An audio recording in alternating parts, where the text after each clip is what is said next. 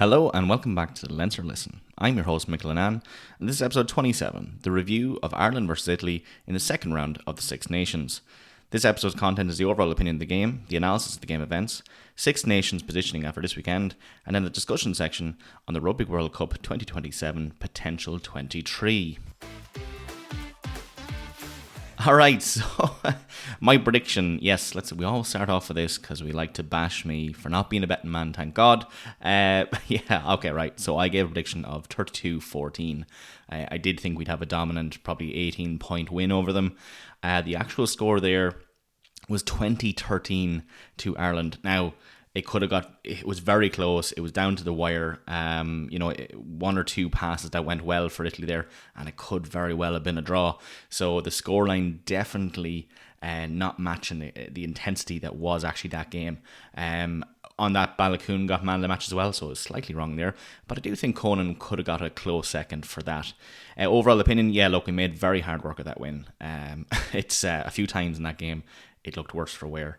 The hunger from Italy was just immense. They really wanted it.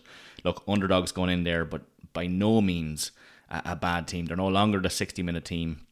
They probably played one of their best performances, best games out there. And, each aspect of their game was performing. They did so well everywhere in the pitch. Arguably, they probably did best in the scrums. We'll go into that a bit later. But sometimes you kind of have to say that the best team lost yesterday. And I hate that line. I know a few of the listeners are definitely going to hate that line as well. But I do think maybe the best team might have lost there. However, as always, let's go with our positive spin. I always think ahead like that. Look, we pulled a win. We pulled a win out of it. We mirrored very much what Leinster have been doing lately with those wins. A little bit rough around the edges, a little bit dirty going in, a little bit dirty coming out, but still at the very end, down at the bottom of that whistle, we are still pulling the wins. We were down at half time, brought it back. We looked very tired coming out, being beaten in the set pieces, being beaten in the scrums, and yet still pulling it together. So that has to be commended. Fantastic work right there. Look, unfortunately, as always, the 10 has come into focus. That 10 shirt, the fly half, has come into focus again. Online fans foaming at them out there. But look, I would also be wrong if I could try to deny that maybe this time there is something there. There is a little bit of smoke and there is a little bit of fire. Anyway, look, let's hold out in that discussion. Let's go through the stats. Let's go through the actual pieces of the game where we went well and went bad. So starting off there with the scrums, that was our biggest problem yesterday. It was, I don't know. It was scary. It was scary looking at that. We won our first one there with a penalty. I think that was from Clarkson. But after that, it was completely downhill. Danilo Fischetti absolutely melted us in the scrum. Coming into this, I thought we would have had a good day with the scrums. I thought we would have had the upper hand. We always have had the upper hand historically. We have a tight pack there. A lot of fresh faces into it, but historically we've always been there. And the Italians were something else here, though. They were just mad for it. After the halftime break, we saw Tadhg Furlong take flight during one of the scrums. Mirko Spagnuolo there, making Furlong into a kite essentially. I know Ryan technically has some of that blame, as the lock who was behind him should have, taken a foot back, not to have Furlong in the air there. And obviously that created a viral clip, and that's not what we want. We don't want, tries not being the viral clip or tackles being the viral clip. It was just that scrum. And for some reason, they didn't actually focus on the previous scrum, or one of the previous scrums, where Sheehan was actually lifted up in the air. But look, all in all, the scrums were not... they're not there for us. It was very bad, very damning. And, Italy just had the upper hand there. Moving over there to lineouts, looks like lineouts were solid. I think that was our piece. That was what we did well. We did, everything was clinical there. We were putting the ball through that maul very quickly, off the top. Very good play. Not sure why we didn't contest an awful lot more of them. The ones we did contest, obviously Balakoon there, he stole one. James Ryan got very close to stealing another one. I think if we should have contested an awful lot more. We were kind of getting ready for the mauls a lot quicker, but the Italians were, recycling that ball very quick, so the mauls ended up just being kind of useless. So I think if we had up in the air, it probably would have been an awful lot better. Especially, I actually said Balakoon there. I meant to say Cormac Izishikukwe.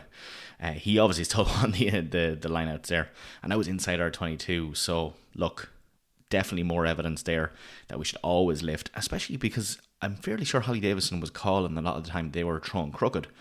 So if we had contested it, it probably would have went our way as well. Look, in any case, it was a good point. It was the silver lining of our game. Very good. No complaints there. Defence, yeah, okay. Defence is okay. It definitely was an improvement from last week. We didn't have half as many gaps to do with France. We didn't let in half as many, line breaks there through our line. However, we do have to go with the stats here. And we had an 80% success rate, which is obviously good. But we had 23 tackles missed.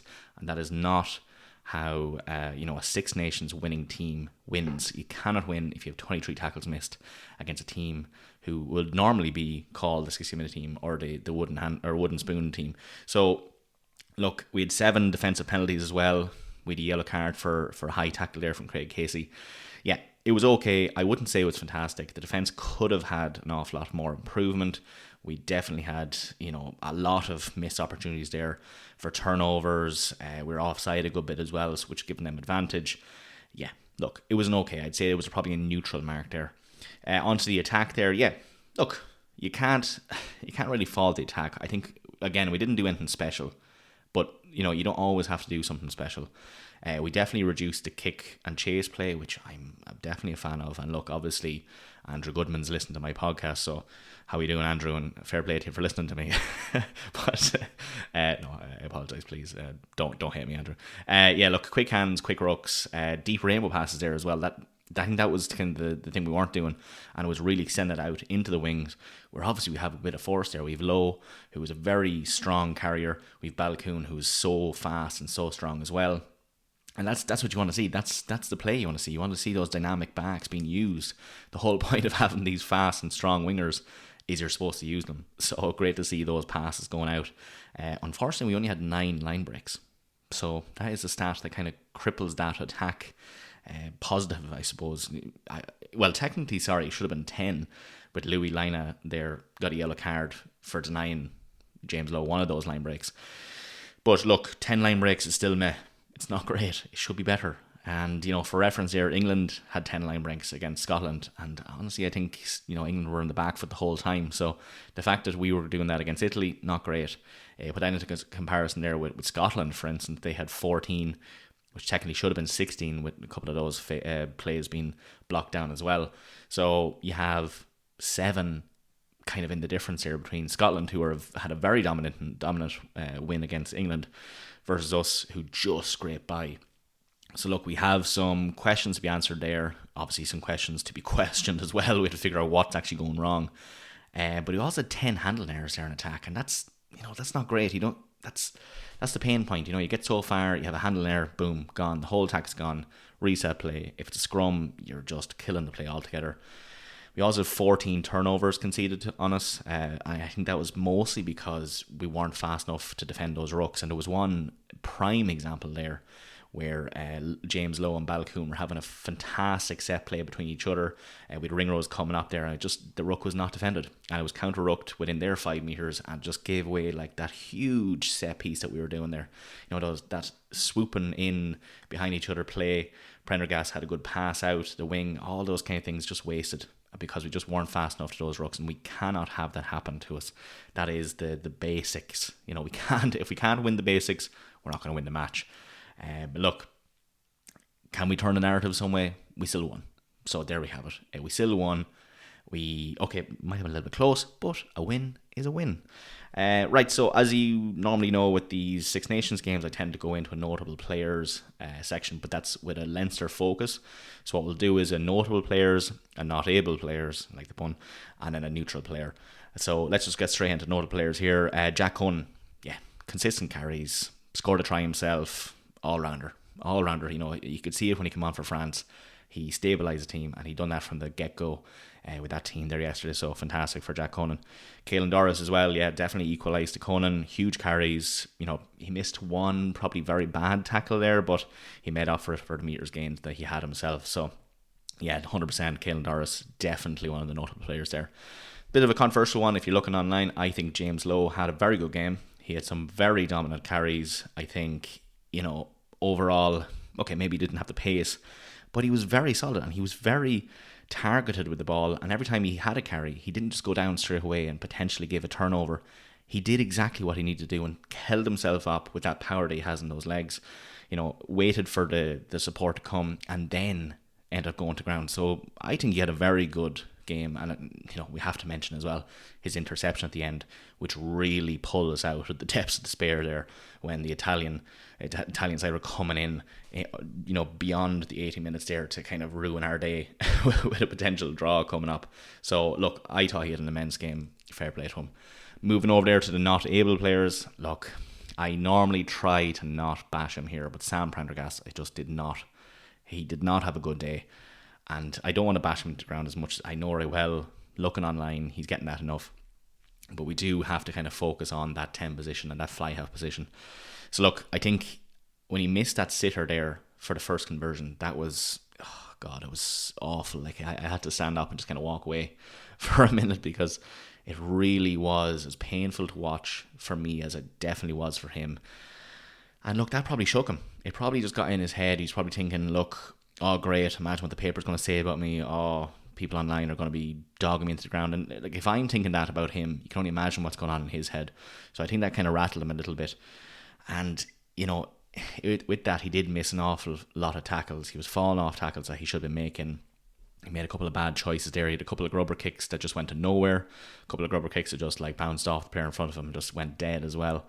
And, missing those conversions, we shouldn't have had the issue that we did at the end if we had those 4 points extra where we were afraid of having a draw with Italy. Would have put us in an awful lot more stable position. And look, that is the fly half responsibilities. That is exactly what his job is, and if he's fallen flat on those, you do have to kind of bring the question up.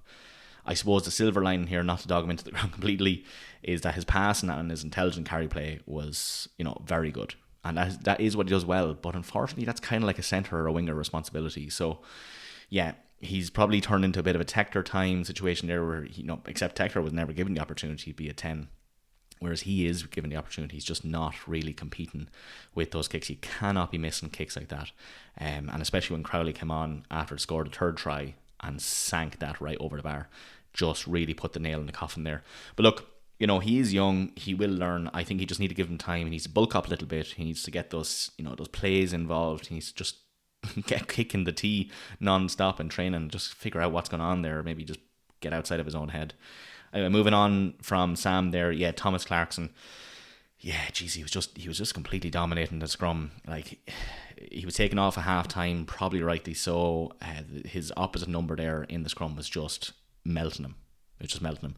So he just was not there. Moving over there, I suppose the next person, Gary Ringrose. And look, I don't want to bash Gary Ringrose. He's a great player. He was just a bit anonymous again in this game, and I thought he was a little bit anonymous in the last game.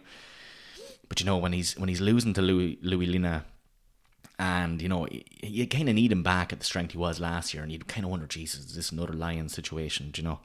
I'm not sure what's happening. I'm not sure. Maybe it's just the attacking style we had, but that was kind of changed this week. I thought we definitely changed it up. Maybe it was more to his play. A lot more carry play, crash through play, go to ground play, and he just wasn't there.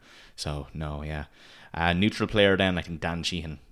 Look, he had a bit of madness there at one point trying to jump over 3 players, which obviously he did get pinged for an infringement from Holly Davison, and rightly so. So I don't exactly know what was going on there, but I will say as the hooker, his lineouts are solid, so you have to give him that. He's pinged in the scrum a little bit as well, obviously lifted up like a kite as well at one point. So scrums were bad, lineouts good, carries good, some decisions on the pitch bad, therefore neutral. So look, fair play to him. I think he had a fairly neutral game. I think everyone will agree there. Moving on there to the referee, Holly Davison. Look, fantastic performance. I thought she was very clear, very fair, let the game flow an awful lot. And obviously it's a historical moment for Holly there, and want to set herself up for many, many more games with the style of play that she was letting play there. So fair play to Holly Davison. Looking forward to a lot more games being refereed by her. In a line, folks, we should have been better. We definitely look second best in a lot of areas, but a win is a win, and I'll take it, and there's nothing taking that away from us. Okay, folks, straight into match events. 11th minute was the first kind of thing we had there. We had a yellow card for Louis Lina. And again, that was from Holly Davison sending him to the bin for a deliberate knock-on. As I said, that denied James Lowe a clear line break. And that is textbook yellow card. So straight over from that, we did capitalise on that. 14 men downgrade for them. 17-minute try for Ireland, Jamie Osborne. Yeah, obviously, look, taking advantage of that extra man, Stuart McCluskey provided an absolute vintage NFL-style offload to Osborne, one-handed, and he just sliced through the Italian defence there and scored a perfect try. Unfortunately, that was missed by Sam Prendergast, and very bad miss, unfortunately. Brought the score to 5-0. 21st minute, a penalty to Italy, popped over by Paolo Garbisi. Yeah, look, we got penalised at the line out. We allowed Garbisi to just slot that one over for a very straightforward 3 points, bringing them within 2. So the score there, Ireland 5, Italy 3. 32nd minute, a bit of a woe for us. Yeah, yellow card there for Craig Casey. He just did not hinge at the hips at all. There was a clear upright tackle and a head-on-head collision with Lorenzo Canone, and it left Casey with a bloodied nose and a yellow card. So he was gone for 10 minutes. 33rd minute, so they definitely capitalised on this. Literally a minute later, a try for Italy, Giacomo Nicotera. Obviously, look, immediately exploited the man advantage there. A dominant line-out maul, pushed over, hooker broke away, and it was just an easy, very easy try for them. Very weak tackle there by Sam to try and stop that, unfortunately, but look, it was a mismatch of players there. That was then converted by Paolo Garbisi, brought the score to Ireland 5, Italy 10. And that was actually the half-time score, Ireland 5, Italy 10. Straight away into the second half, we get a perfect start to our second half, a 43rd minute try by Ireland. Jack Conan, yeah, look, perfect start, as I said. Ireland went all the way out to the corner, and Conan just buried himself perfectly over a close range, powerful. Like, he just lifted his opposite number straight up, and he was in for that try. Unfortunately, that conversion was also missed by Sam Prendergast, so brought to score even there. Ireland 10, Italy 10. We had to wait a while then, about 14 minutes, a 57th minute try for Ireland. Robert Balcoon, yeah, look, 2 minutes directly after Jack Crowley and Jamison Gibson Park entered the pitch. The attack kind of just clicked at that point, and Balcoon got to showcase his pace and power to beat 2 defenders out very wide, and that was converted by Jack Crowley to bring the score. Ireland 17, Italy 10. 63rd minute then, we got a penalty scored there by Jack Crowley as well. Gary Ringrose kind of broke the force for Italy, offside position. It was right under the post, and Crowley just opted for the points, and he was dead right to go for them. So we ended up leading by 2 scores there, Ireland 20, Italy 10. 66th minute, we unfortunately gave away a penalty to Italy. Paolo Garbisi put that over nicely enough. Yeah, it was actually a scrum penalty as well. Italy's scrum was just so strong, lads. It was just crazy. Look, they won a penalty against us, and that was the one where Tadhg Furlong got lifted up. So, yeah, back within a converted try and brought the score to Ireland 20 and Italy 13. So that was actually the final score. It was Ireland 20, Italy 13, but it wasn't without a bit of drama at the end. Italy got very close to scoring another try. The last play was intercepted there by James Lowe, and he sprinted the whole way up the line, just outside their 10 or outside their 22, and we're just caught there. And they actually infringed on us. We went to the corner, but unfortunately Jack Crowley accidentally kicked out in the full, so finishing off there, we didn't get our bonus point try. But anyway, a win is a win. Man of the match there was Robert Balcoon. Yeah, look, he had huge work rate. He topped the meters made, I think, across the whole team. His defence was fantastic. He just was always in the right position at all time on his wing. So very good for him. And also he was a try scorer. So natural enough, perfect man of the match. Okay, so Six Nations table positioning. After that, so I'm obviously recording this just after French game, so I have the full table here, and we remain in 5th after round 2. Right. When is the last time you remember us after round 2 being in 5th? I definitely can't remember, and I should have looked it up before because it's been a great thing to talk about. But look, we remain 5th, obviously. We end up giving Italy the losing bonus point, but the thing is, even if they didn't get a losing bonus point, we'd still be underneath them with points difference for that loss that we had against France. The table as it stands here today is France in first with 10 points after a very dominant win against Wales there in the Principality Stadium. Scotland are in second with 6 points. England are in third with 5 points. Italy in fourth with 5 points. They have 36 points difference behind England. Us, Ireland, in fifth place with 4 points, and Wales in last with no points. Our next game is England versus Ireland, 21st February at 2:10 p.m. in Twickenham. So, folks, discussion point. Rugby World Cup 2027, Potential 23. So, yeah, look, this Six Nations obviously sparking the conversation here. As I said already, you can see the panic with Farrell, 6 changes this week, 3 debutants. An absolute annihilation from France there as well. And, let's just go through with that a kind of discussion that we do need to bring up, which is the Rugby World Cup 2027 development squad. And, there's an awful lot of players that obviously will still be in that are in our starting pack. But I kind of want to focus on the newer potential players that might come through, through that gap that we have at the moment. And obviously an awful lot of our players are aging there and might not be available for that Rugby World Cup 2027, which is obviously a year and a half away. So, yeah, let's just start off here with the front pack. Yeah, I think it's fairly obvious that Tadhg Furlong just won't be there, so we do have a very big gap. Potentially, Andrew Porter might not be there either, but I won't say that. I think maybe he's getting a few injuries here and there, and obviously he's focusing his career elsewhere there as well with his gym and his sauna. So, I think he might be out of the running for that. But who do we have then? So I think we've Scott Wilson. He's the Ulster, he's massive 125 kg player there, as technical scrummager. Obviously Thomas Clarkson, might have to learn an awful lot, but he'll have a lot of time there at Leinster.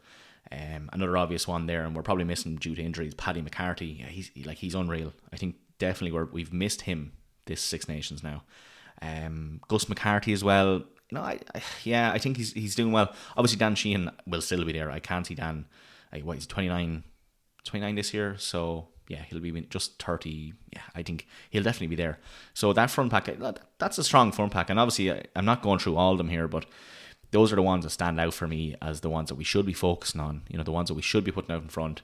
Lockman, I think, he's had a few bad games now for scrum, and I just can't see him. Well, maybe he'll be obviously in the bench or in that the training squad perhaps, but I think the ones there, Scott Wilson, Thomas Clarkson, Paddy McCarthy, Gus McCarthy, maybe Scott Penny as well, and that with Dan Sheehan. But yeah, obviously we have options there. But yeah, the likes of Tadhg Furlong, who's obviously going to be a huge loss, and Andrew Porter, I don't think they'll be there for it. And realistically, I think we probably should focus on a much newer front pack. Going in there to the locks and back row, Edwin Adogbo, yeah, I think that's a very obvious choice at this point. He is the heavy artillery. And it's very unfortunate he only got brought on there in the 69th minute. I think he could have been a very impactful player to bring on. He's a great carrier. Obviously, he's very heavy there. He's nothing but muscle on him. But yeah, I think it's something Ireland have historically lacked. Just have that power and that massive weight there. So, as well as that, Big Joe McCarthy, yeah, he's obviously going to be there. He keeps the head down, keeps the cool, doesn't do anything mad. I think he'll be there, and he'll probably have a very good time as well. Evan O'Connell as well, someone, yeah, he's coming up. That's if you don't know, that's Paul O'Connell's nephew. He's incredible at the line-out, incredible. So I could definitely see him as natural successor to Tadhg Byrne. He's a complete nuisance forward. He's fantastic. I think he definitely has to be on it. So I'm looking forward to see where Evan O'Connell goes. But those three there, I can definitely see in that 23. They just have to be. Going over then to the back row, yeah, I suppose this can get controversial, right? Because we have so many back rows. But I think, and I'm going to butcher his name again, I'm very sorry, but Cormac Ijichugu, oh my god, that was awful. Cormac Izuchukwu, jeez, I'm very sorry, Cormac. I'll get it right the next time. Yeah, look, he'll definitely be on that panel. He's very good. He played very well there on Saturday. Caelan Norris is very young. He'll obviously still be there as well. And I think, one I do think will be there, and probably because he's a powerhouse, is Brian Gleeson for Munster. He's kind of like the insurance policy for Caelan Norris, so I definitely do think he'll be there. And I think we've been in good hands. We'd be in fairly good hands with those three. So, yeah, I think so. Now, scrum halves. We have an absolute amount of scrum halves. I don't know how anyone is able to pick them. So, obviously, Jebison Gisborne Park will be 35 in 2027.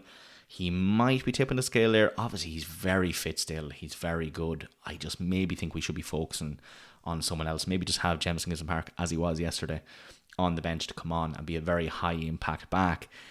But look, we have the likes of Matthew Devine there in Connacht, fantastic player. You have Fintan Gunn for Leinster, another fantastic player. Craig Casey's obviously very young as well. Probably didn't really perform yesterday.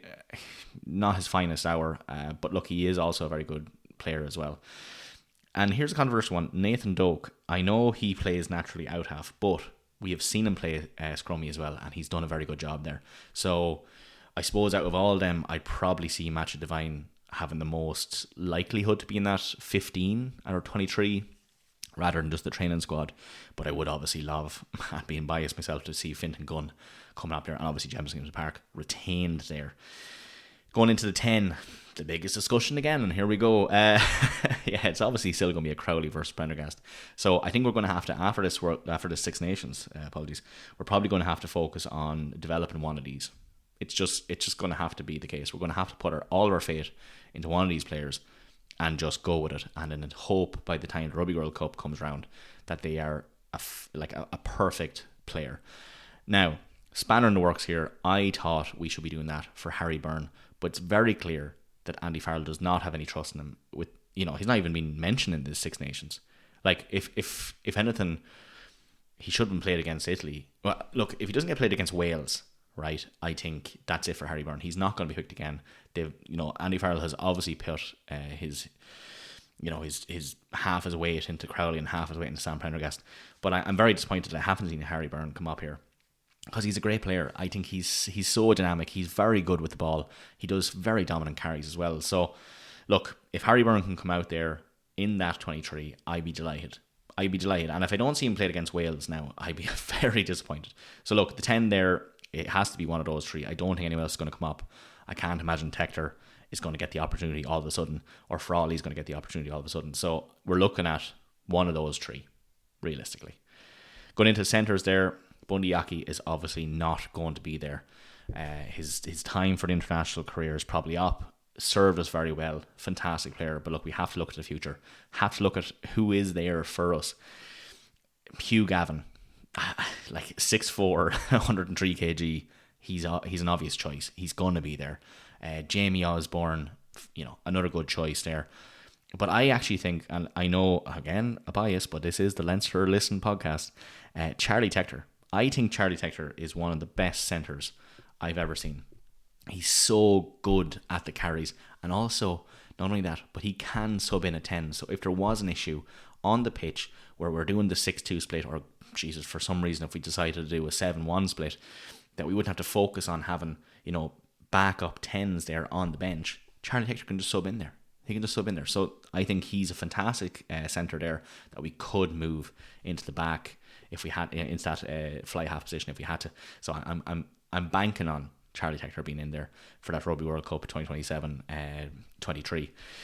Moving over there to wingers and the full back position, Mac Hansen, if he could ever get away from his injuries, Jesus, we're missing him definitely with this, because when he played that game against Australia as a full back, I think he's shown like a diamond, lads.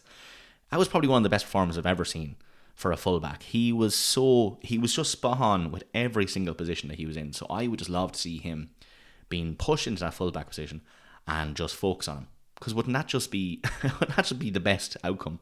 Like, he's very fast, obviously, in the wing. But if you have a winger speed in your full back position who is able to play that full back position correctly, Jesus, that's a cheat code, lads. It's a cheat code. Jamie Osborne obviously has to be brought up again here, even though I did bring him up in the centres. He is a very good full back. We've seen him play in full back. He's kind of like Swiss Army knife there. So he's obviously going to be either 15 or 13 there. I think that's an obvious choice. Jimmy O'Brien, yeah, look, there's just hasn't really been the focus on Jimmy O'Brien. I know obviously he's injured and all that, but if you were to put him against the likes of Hugo Keenan, who will obviously still be there, I think there's probably a mismatch. Yeah, so look, I'd probably back for Jamie Osborne or Hugo Keenan to be focused there. Maybe Mac Hansen being the dynamic one who can come in there. Moving on to wings, obviously you still have Mac Hansen. I'll just briefly name him there. But coming off of this week's performance, Robert Balcoon is perfect choice. He has to be on that team. He is so good. Tommy O'Brien as well. I think Tommy O'Brien is one of the best wingers Ireland has ever produced. Obviously, it would be a miss if I didn't mention one of my most favourite players, JJ Kenny. I think him coming up, he is going to be such a perfect choice for our development squad. He needs to be in that training squad. He needs to get some international time. It would be so good. Lowe, I don't think he'll be there as a winger. I don't want to play into the thing that he's not a good winger. He is a good winger. He's able to carry. He's a strong, dominant carries. He just maybe doesn't have the pace that the younger players do have. But what I will say is, could he not just sub in a centre there? Because he is so good at the carries. I think he'd be a perfect centre. He's so strong. He's able to carry the ball dominantly. He's able to, keep himself up even with two defenders on him to make sure that play is retained and that he's not going down and losing that from a jackal. So I think he has to be involved in some way. And then I'm going to finish off here with Zach Ward. Zach Ward, if you haven't seen him play, I implore you to go and watch him. I would love if Leinster somehow was able to steal him and just have him there and ready to go whenever we want him. So look, Leo, if you're listening, put in an old application there. start ringing that man.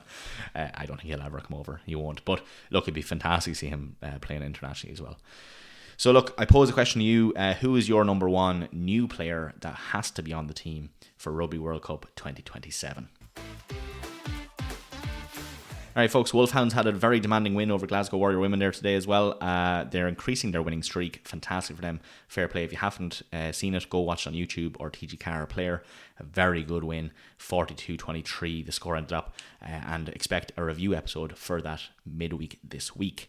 If you haven't already, do please follow us on social media. We're on Instagram, Reddit, and Threads. As always, I do want to hear from you. Put some comments in here on YouTube or on Spotify or even on Instagram or Reddit. And as always, folks, thanks for listening.